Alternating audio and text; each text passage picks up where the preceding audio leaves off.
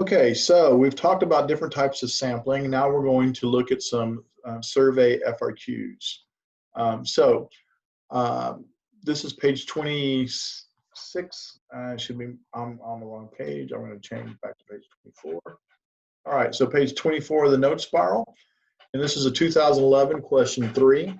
So an apartment building has 9 floors, and each floor has 4 apartments. This is kind of important.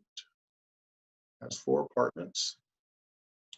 The building owner wants to install new carpeting in 8 apartments to see how well it wears before she decides whether to replace the carpet in the entire building. The figure below shows the floors of apartments in the building with their apartment numbers only. The 9 apartments indicated with an asterisk have children in the apartment. So that would be an apartment with children because it has an asterisk by it. The number 12 doesn't have an asterisk, so no children. So basically we see what we have. And for convenience, the apartment building owner wants to use a cluster sampling method in which the floors are clusters, all right?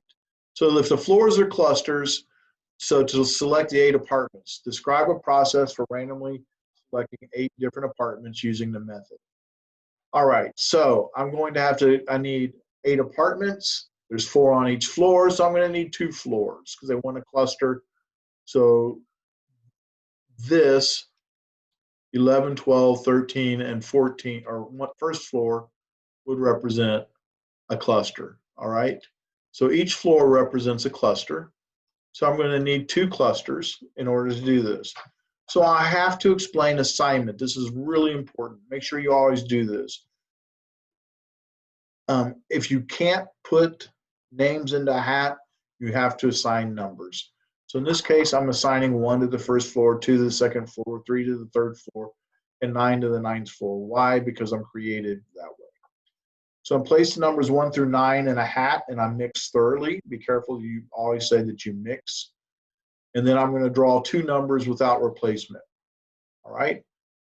So let's just say I drew the 5th and the 6th. If I drew 5 and 6, then I'm going to survey 51, 52, 54, 53, etc., 61, 62, 63, and 64. So survey all numbers on those floors represented by the 2 numbers. Not a big deal.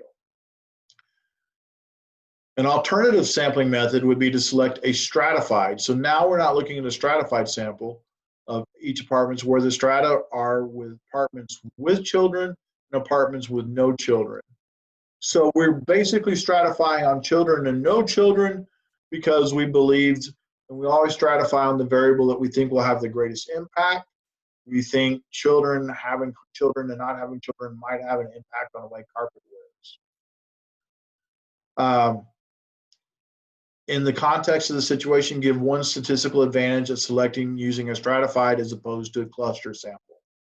Okay, if I had done a cluster sample, it would have been possible that I could have gotten some combination of third floor, 4th floor, and 6th floor. If I would have had 3 and 6, or 3 and 4, 4 and 6, or whatever, if I had gotten that, then I would not have had any apartments with children represented. So with a cluster sample, it would be possible to survey apartment clusters which have no children. Using a cluster, it's also possible. So, and I don't think this part writes that part's important. So apartments with children are likely to have had more wear than apartments that have adults only. A stratified sample would ensure that apartment with children and those without were sampled. All right. Give 1 statistical advantage. The statistical advantage is with a cluster, I'm not sure that I would get it, and I need to show how that could happen. And with a stratified, I am assured of having that happen. Why did we choose to stratify on apartments with and without children? This is key. We always stratify on the variable that we think will have the most impact on our study. We are measuring carpet wear, and we believe that children have impact carpet wear differently than just adults only. All right. So give the definition, which in this case, why we stratify. When we stratify on the variable we think will have the impact, and then we say why we chose what we did. You have to have both components. So we stratify on the variable, and we believe that children impact carpet wear differently than adults. That would be both components. All right, moving on to number 25, page 25. In response to nutrition concerns raised last year about food service in school cafeterias, the Smallville School District entered into a one-year contract with the Healthy Alternative Meals Company. Under this contract, the company plans and prepares meals for 2,500 elementary, middle, and high school students. This is key. 2,500 elementary, middle, and high school students. All right, I hear that, and I go, gosh, I see groups. I don't know if they want to talk about groups yet, but I see groups right there. The school administration would like to survey the students in the district to estimate the proportion of students who are satisfied with food under this contract. 2 sampling plans for selecting the students to be surveyed are under consideration by the administration. One plan is to take a simple random sample of students in the district and then survey those students. So in other words, we have a simple random sample. I see that, put everyone's name in a hat and mix. The other plan is to take a stratified sample of students in the district and then survey those students. So describe a simple random sample procedure to select 200 out of the 2,500. I could put all their names in a hat and mix. I chose to number them from 1 to 2,500. Why? Just to give you an example of that. So I numbered all the students 1 to 2,500, place the 25 numbers in a bin and mix, draw 200 numbers. I addressed replacement, and then survey the 200 students whose numbers correspond with the number drawn. If you do assignment, you're going to have to write it up this way. If you had just done names, place all 2,500 names in a hat, draw 200 names without replacement. Again, I had to say the without replacement, and then survey those 200 students. In a stratified sampling procedure is used, give one example of an effective variable on which to stratify. All right, you stratify on the variable that has the greatest impact. And I probably should have said that. I would stratify on the variable that has the greatest impact, and I believe school type would, and here's my reasoning.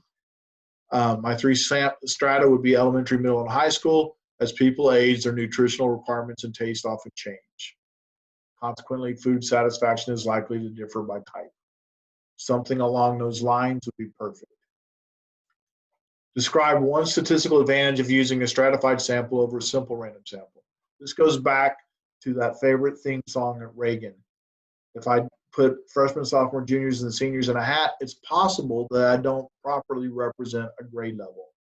So with a simple random sample, I may not it's possible that I would not proportionately represent a school type. So stratifying based on school type assures that satisfaction ratings are obtained from elementary, middle, and high school. All right, so this assures that I represent all types. All right, whereas others could miss a type of school completely. A simple random sample could miss a school type completely or underrepresent one. Page 26.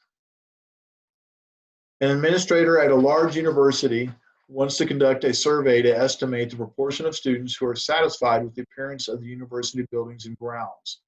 The administrator is considering 3 methods of obtaining a sample of 500 students from 70,000 students at the university. So 500 students out of 70,000, okay? Big school. Because of financial constraints, the first method the administrator is considering consists of taking a convenient sample to keep expenses low. I see convenient sample and I go, there's going to be bias, randomization is not used. So a very large number of students will attend the first football game of the season, and the first 500 students who enter the football stadium could be used as a sample. Why might such a sampling method be biased in producing an estimate of the proportion of students who are satisfied with the appearance of the buildings or the grounds? The sample may be biased because it's likely that the first 500 students arriving in the stadium are not representative of the entire population. So basically, I'm just going to straight out say they're not representative. Now I need to give why.